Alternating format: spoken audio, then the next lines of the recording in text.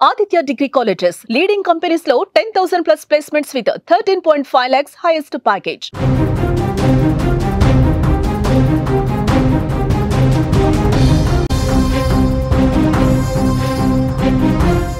Big breaking news చూస్తున్నాం. గండికోటలో యువతి హత్య కేసు మిస్టరీ ఇంకా వేడలేదు. 2 రోజులైనా అసలు వాస్తవాలు ఏంటి అనేది ఇంకా బయటకు రాలేదు. యువతిని చంపింది ఒక్కరు కాదు, ముగ్గురు అని సమాచారం వస్తోంది. ప్రాథమికంగా పోస్ట్ మార్టంలో సంచలన విషయాలు బయటకు రాబోతున్నాయి. విద్యార్థిని ఛాతీ పొట్టపై బలమైన దాడి జరిగినట్టుగా తెలుస్తోంది. హత్య కేసుకు సంబంధించి కీలక ఆధారాలు బయటికి రాబోతున్నాయని పోలీసులు చెప్తున్నారు. ప్రెస్ మీట్ పెట్టి వెల్లడించకపోవడంపై కూడా మరికొన్ని అనుమానాలు తలెత్తుతున్నటువంటి పరిస్థితి. హత్య జరిగి 3 రోజులైంది, వెలుగులోకి వచ్చి 2 రోజులైంది. పోలీసుల చేతిలో కీలక సాక్ష్యాలు ఉన్నాయి, కానీ హంతకుడు ఎవరు అన్నది మాత్రం ఇంకా బయటకు రావడం లేదు. కడప జిల్లా గండికోటలో విద్యార్థిని హత్య కేసు మిస్టరీ ఇంకా కొనసాగుతూనే ఉంది. ప్రియుడితో గండికోటకు వెళ్లిన యువతి ఊహించని విధంగా హత్యకు గురవటం, ప్రియుడు లోకేషే చంపాడని ప్రచారం జరగటం, తర్వాత నిందితుడు అతడు కాదు అని తేలటం జరిగిపోయాయి. మరి ఎవరు చంపారు? ఇదే ఇప్పుడు అంతు చిక్కని ప్రశ్న. యువతి అన్న సురేంద్ర ఈ హత్య చేశాడని అంతా భావించారు, కానీ అతడు నేనే నా చెల్లిని ఎందుకు చంపుకుంటాను అని చెప్పడం మరొక మలుపు తీసుకున్నటువంటి పరిస్థితి. అయితే ఈ హత్య ఒక్కరు చేయలేదు, సుమారు 3 పాల్గొనే అవకాశం ఉందని పోలీసులకు అంచనాకు రావటం ఇప్పుడు ఒక పెద్ద ట్విస్ట్గా కనిపిస్తోంది. ఘటనా స్థలంలో హత్య జరిగిన తీరును చూసి హత్య చేసింది ఒక్కరు కాదు అని పోలీసులు నిర్ధారణకు వచ్చారు. సీసీ కెమెరాలు ఉన్న చోట కాకుండా ముళ్ల పొదల్లో యువతిని అత్యంత దారుణంగా అమానుషంగా చంపేయడంతో గండికోటపై పూర్తిగా అవగాహన ఉన్నవారే ఈ హత్య చేసినట్టుగా కనిపిస్తోంది. ఆమెను ఇంత కిరాతకంగా ఎవరు చంపారు అనేది పోస్ట్ మార్టం రిపోర్ట్లో అర్థమవుతోంది. విద్యార్థిని ఛాతీ పొట్టపైన కసిదీర కొట్టారు. ఈ దాడిలో ఆమె కాలేయం కూడా దెబ్బతిన్నట్టు పోస్ట్ మార్టం రిపోర్ట్లో బయటకు వస్తున్నటువంటి పరిస్థితి.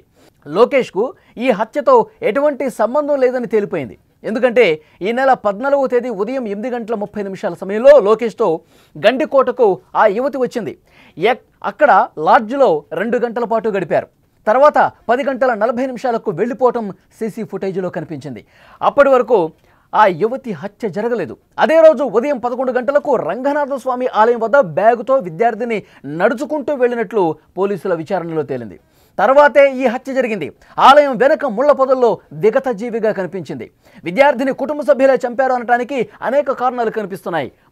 ముందుగా ఆ మృతదేహాన్ని గుర్తించింది కూడా వాళ్లే. అంతకుముందు యువతి అన్న సురేంద్ర పదే లోకేష్ స్నేహితులకు ఫోన్ చేయడం కూడా జరిగింది. దీంతో సురేంద్రే హత్య చేసి ఉన్నాడని చెప్పి పెద్ద ఎత్తున ఆరోపణలు వచ్చాయి. అతడు మాత్రం వాటిని తీవ్రంగా కొట్టిపారేస్తున్నాడు. ఈ హత్యను 3 చేసి ఉంటారని పోలీసులు ఒక అంచనాకు రావడం కూడా ఈ కేసులో ఒక పెద్ద ట్విస్ట్గా కనిపిస్తుంది. అసలు వారు ఎవరు అన్నది ఇంకా ఆ సస్పెన్స్ కంటిన్యూ అవుతోంది. లోకేష్ స్నేహితులపై కూడా అనుమానం ఉండటంతో పోలీసులు విచారణ చేస్తున్నారు. జూలై 16వ తేదీ రాత్రికే నిందితుడు ఎవరో చెబుతామని పోలీసులు ప్రకటించారు. అయితే వివరాలు ఇంకా వెల్లడించకపోవడంపై చర్చనీయాంశంగా మారింది. యువతి ఈ హత్యకు సంబంధించి పెద్ద ఎత్తున అనుమానాలు కనిపిస్తున్నాయి. కనీసం అంటే క్లూస్ కొన్ని వరకు దొరికాయని చెప్పి డీఐజీ కోయ ప్రవీణ్ నిన్న ప్రెస్ మీట్లో చెప్పారు. మీడియా మిత్రులతో అక్కడ మాట్లాడారు చాలా స్పష్టంగా. ఆ నిందితులకు సంబంధించి కీలక ఆధారాలు మాకు లభ్యమయ్యాయి, అయితే వాటిని ఈ రాత్రికి ఎస్పీ గారు చాలా క్లియర్గా సమాచారం అందిస్తారు అన్నారు. కానీ ప్రెస్ మీట్ పెట్టకపోవడం మీద మరికొన్ని అనుమానాలు వ్యక్తమవుతున్నటువంటి పరిస్థితి. హత్య జరిగి 3 రోజులైంది, వెలుగులోకి వచ్చి 2 రోజులైంది. పోలీస్ చేతిలో కీలక సాక్ష్యాధారాలు ఉన్నాయి, కానీ ఇప్పటి వరకు కూడా హంతకుడు ఎవరు అన్నది మాత్రం బయటకు రావటం లేదు.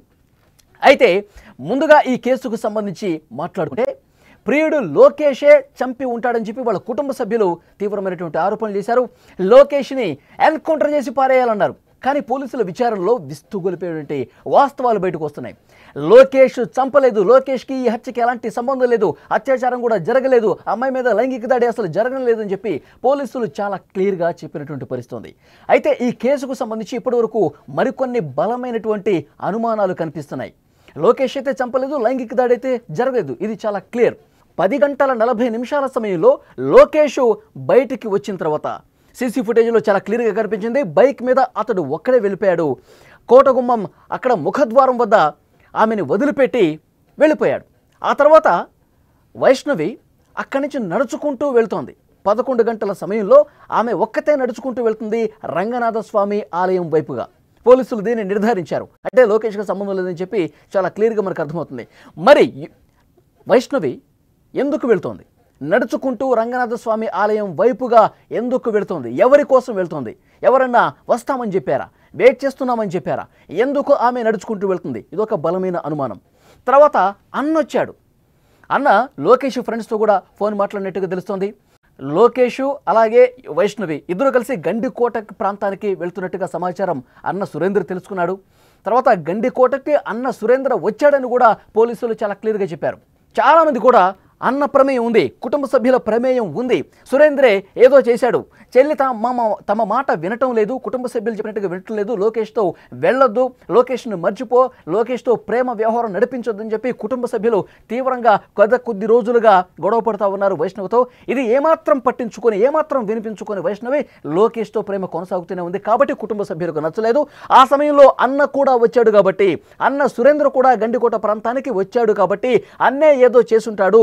కుటుంబ సభ్యులు ఇచ్చినటువంటి ఒక ప్లాన్ ప్రకారం అన్న సురేంద్ర అక్కడికి వచ్చి ఏదో చేసి ఉంటాడు అన్న అనుమానం చాలా బలంగా కనిపించింది. అయితే అన్న సురేంద్ర అన్న మీద తీవ్రమైనటువంటి ఆరోపణలు అనుమానాలు ఉన్న నేపథ్యంలో నిన్న సుమన్ టీవీతో మాట్లాడాడు. సుమన్ టీవీ ఫోన్ చేసింది అన్న సురేంద్రకి. సుమన్ టీవీతో ఆయన మాట్లాడాడు, రెస్పాండ్ అయ్యాడు. నా చెల్లిని నేను ఎందుకు చంపుకుంటాను? లోకేష్తో తిరగటం ఇష్టం లేదు, మేము ఒప్పుకుంటాం. కానీ ఆమె లోకేష్ని మర్చిపోవాలని చెప్పి అడగటం కూడా వాస్తవమే. కానీ నేను అక్కడికి వచ్చి చెల్లి మీద దాడి చేసి చంపేంత కరుడుగట్టినటువంటి వ్యక్తిని నేను కాదు. మా చెల్లిని నేను ఎందుకు చంపుకుంటాను? అంత దారుణంగా నేను ఎందుకు చంపుతాను? నాకు అసలు సంబంధం లేదు. ఇది ఎవరో చేసి ఉంటారు. లోకేష్ ఫ్రెండ్స్ ఎవరైనా చేశారా? అక్కడ ఉన్నటువంటి అల్లరి మూకలు ఏమైనా చేశాయా? ఇవన్నీ కూడా వాస్తవాలు వెలుగులోకి రావాలని చెప్పి సుమన్ టీవీతో మాట్లాడాడు. అయితే అన్న మీద అప్పటి వరకు ఆరోపణలు వచ్చినాయి. చాలా వరకు కూడా అందరూ బలమైనటువంటి అనుమానం అన్న మీద వ్యక్తం చేశారు. కానీ అతను చెప్తా ఉన్నాడు, నాకు ఎలాంటి సంబంధం లేదు. మరి పోలీసులు పూర్తి స్థాయిలో ఇన్వెస్టిగేట్ చేసి ఆధారాలు లభ్యమైన తర్వాత వాస్తవాలు అనేవి బయటకు రావాలి. అన్న ప్రమేయం ఉందా లేదా దానికి సంబంధించి పోలీసులు చెప్తే కానీ మనం ఒక అంచనాకి రాలేం. ఆ తర్వాత ఇంకా కొన్ని అనుమానాలు అయితే చాలా స్పష్టంగా కనిపిస్తున్నాయి. ఎందుకంటే వైష్ణవి ఆ రంగనాయక స్వామి టెంపుల్ ఏదైతే ఉందో ఆ టెంపుల్ బ్యాక్ సైడ్ ముళ్ళ పొదల్లో పడి ఉంది. సీసీ కెమెరాలకు దొరకకుండా ఈ గండికోట పర్యాటక ప్రాంతం మీద పూర్తి అవగాహన పట్టు ఉన్న వాళ్ళే ఈ దారుణానికి పాల్పడి ఉంటారని చెప్పి పోలీసులు ఒక అంచనాకు వచ్చారు. ఎందుకంటే అక్కడ ఆమె నడుచుకుంటూ వెళ్ళటం అనేది సీసీ కెమెరాలో రికార్డ్ అయింది. లోకేష్ లోపలికి రావటం బయటకు వెళ్ళటం సీసీ కెమెరాలో రికార్డ్ అయింది. కానీ ఈమె బ్యాక్ సైడ్ రావటం, ముళ్ళ పొదల్లో విగతజీవిగా పడి ఉండటం, ఇక్కడ దాడి చేసినా ఏదన్నా చేసినా సరే ఎవరికి కనిపించకూడదు, ఎవరికి అనుమానం రాకూడదు, ఆధారాలు ఎక్కడ కూడా లభ్యం కాకూడదు అన్న ఉద్దేశంతో ఈ నిర్మానుష్య ప్రదేశానికి అసలు సీసీ కెమెరాలు సీసీ ఫుటేజీలు ఎలాంటివి కూడా కనిపించకుండా వాటికి దొరకకుండా ఈ ప్రదేశంలో చేసి ఉన్నారంటే తప్పకుండా గండికోట ప్రాంతానికి సంబంధించి అక్కడ రెగ్యులర్గా వచ్చిపోయేవాళ్ళు, దాని మీద అవగాహన ఉన్నవాళ్ళు, ఎక్కడ మనం దొరకకుండా ఉండేందుకు ఏ ప్లేస్ అయితే కరెక్టో అది తెలిసిన వాళ్ళు మాత్రమే చేసి ఉంటారని చెప్పి పోలీసులు ఒక అంచనాకు వచ్చారు. మరొక ముఖ్యమైనటువంటి విషయం, ఆమె పడి ఉన్నటువంటి ఆ ప్లేస్ కావచ్చు, ఆమె దాడి జరిగినటువంటి తీరు కావచ్చు, ఇవన్నీ చూసిన తర్వాత ఒకళ్ళు కాదు ముగ్గురి ప్రమేయం ఉండొచ్చు అని చెప్పి పోలీసులు చాలా స్పష్టంగా ఒక అవగాహనకు వచ్చారు. ఇది ఒకరితో అయ్యే పని కాదు. ఎందుకంటే ఆమె విగతజీవిగా ఉంది, పై వస్త్రాలు తీసున్నాయి, ముళ్ళ పొదల్లో లోపలికి పడి ఉంది. ఇది చూసిన తర్వాత ఇది ఒకరితో సాధ్యమయ్యే పని కాదు, ఇందులో ముగ్గురు ఇన్వాల్వ్మెంట్ ఉంది అని చెప్పి చాలా బలంగా పోలీసులు చెప్పారు.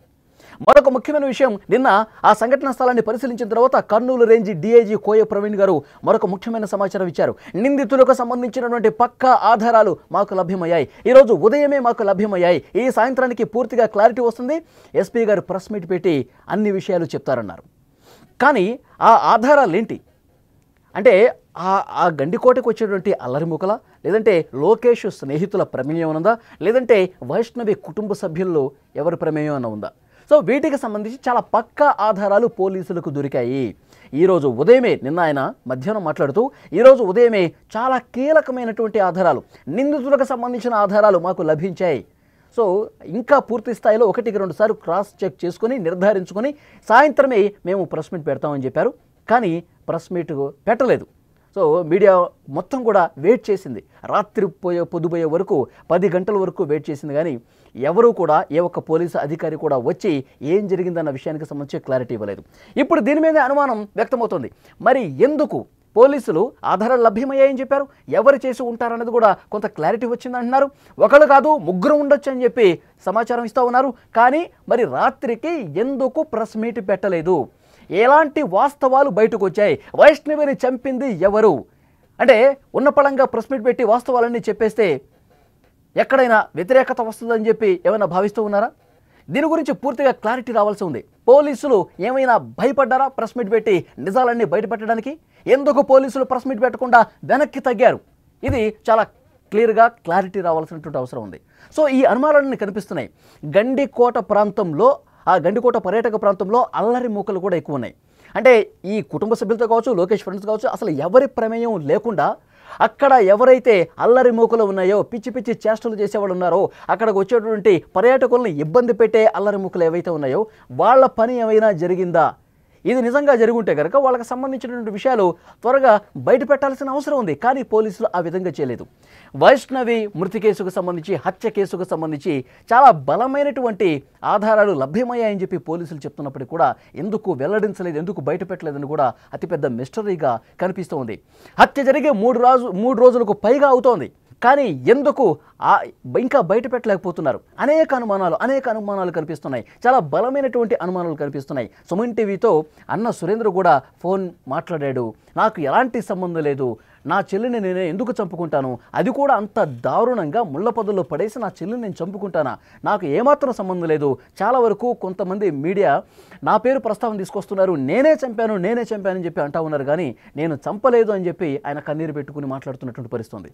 సో అతను చంపాడా లేదన్నది కూడా పోలీసులు పూర్తి ఆధారాలు సేకరించి ప్రెస్ మీట్ పెట్టే వరకు మనం కూడా ఏం చెప్పలేం.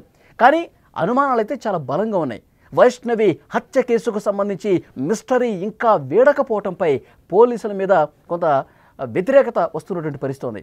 3-4 రోజులు అవుతుంది, ఎందుకు ఇంకా కనిపెట్టలేకపోతున్నారు? ఆధారాలు దొరికాయని చెప్తున్నారు, ప్రెస్ మీట్ పెట్టి సాయంత్రం చెప్తా అన్నారు, ఇంకా ఎందుకు తాత్సారం చేస్తున్నారు, ఎందుకు లేట్ చేస్తున్నారంటూ పోలీసుల మీద కూడా వ్యతిరేకంగా అక్కడ ఉన్నట్టు స్థానిక ప్రజానీకం మాట్లాడుతున్నటువంటి పరిస్థితి. ఇలా ఎన్నో అనుమానాలు. కానీ వైష్ణవిని ఇంత దారుణంగా పై వస్త్రాలు తొలగించి పిడిగుద్దులు గుద్ది పోస్ట్మార్టం రిపోర్టు, అలాగే ఫోరెన్సిక్ రిపోర్ట్ వచ్చిన తర్వాత అర్థమవుతుంది ఏంటంటే చాలా తీవ్రంగా దాడి జరిగింది. కడుపులో గుద్దారు, కాలేయం పూర్తిగా దెబ్బతింది, అందుకే చనిపోయిందని చెప్పి ఆ రిపోర్ట్లో ఉంది. అంత దారుణంగా కొట్టాల్సిన అవసరం ఎవరికి ఉంది? అంత తీవ్రమైన దాడి చేయాల్సినటువంటి అవసరం ఉంది. చంపేసి ముళ్ళ పొదల్లో వివస్త్రను చేసి పడేయాల్సినటువంటి అవసరం ఉంది. అక్కడ స్థానిక ప్రజానీకంలో అయితే ఆగ్రహం చాలా తీవ్ర స్థాయిలో ఉంది. నిన్న ఆ గ్రామంలో వైష్ణవి అంత్యక్రియల సమయంలో గ్రామంలో పూర్తిగా విషాద చేయాలనుకుని అందరూ కన్నీళ్లు పెట్టుకున్నారు. అమ్మాయిని ఇంత దారుణంగా చంపుతారా? ఎవడు చేసినా సరే చాలా కఠినంగా శిక్షించాల్సిన అవసరం ఉంది. పోలీసులు వెంటనే నిగ్గు తేల్చి ఎవడు చంపాడు, దీనికి ఎవడు కారణం అన్నీ కూడా బయటకు తీసుకురావాలి, వాడిని మాకు అప్పగించండి, మేము చంపేస్తామంటూ ఆ గ్రామస్తుల కుటుంబ సభ్యులు మాట్లాడుతున్నారంటే అక్కడ అది చూసిన వాళ్ళు కన్నీళ్లు పెట్టుకున్న పరిస్థితి. సో డెఫినెట్గా వాస్తవాలు అనేవి ఈ రోజైనా సరే పోలీసులు ఒక ఛాలెంజ్గా తీసుకొని వాళ్ళకు దొరికినటువంటి ఆధారాలు ఏంటనేది కూడా బయట పెట్టాలి.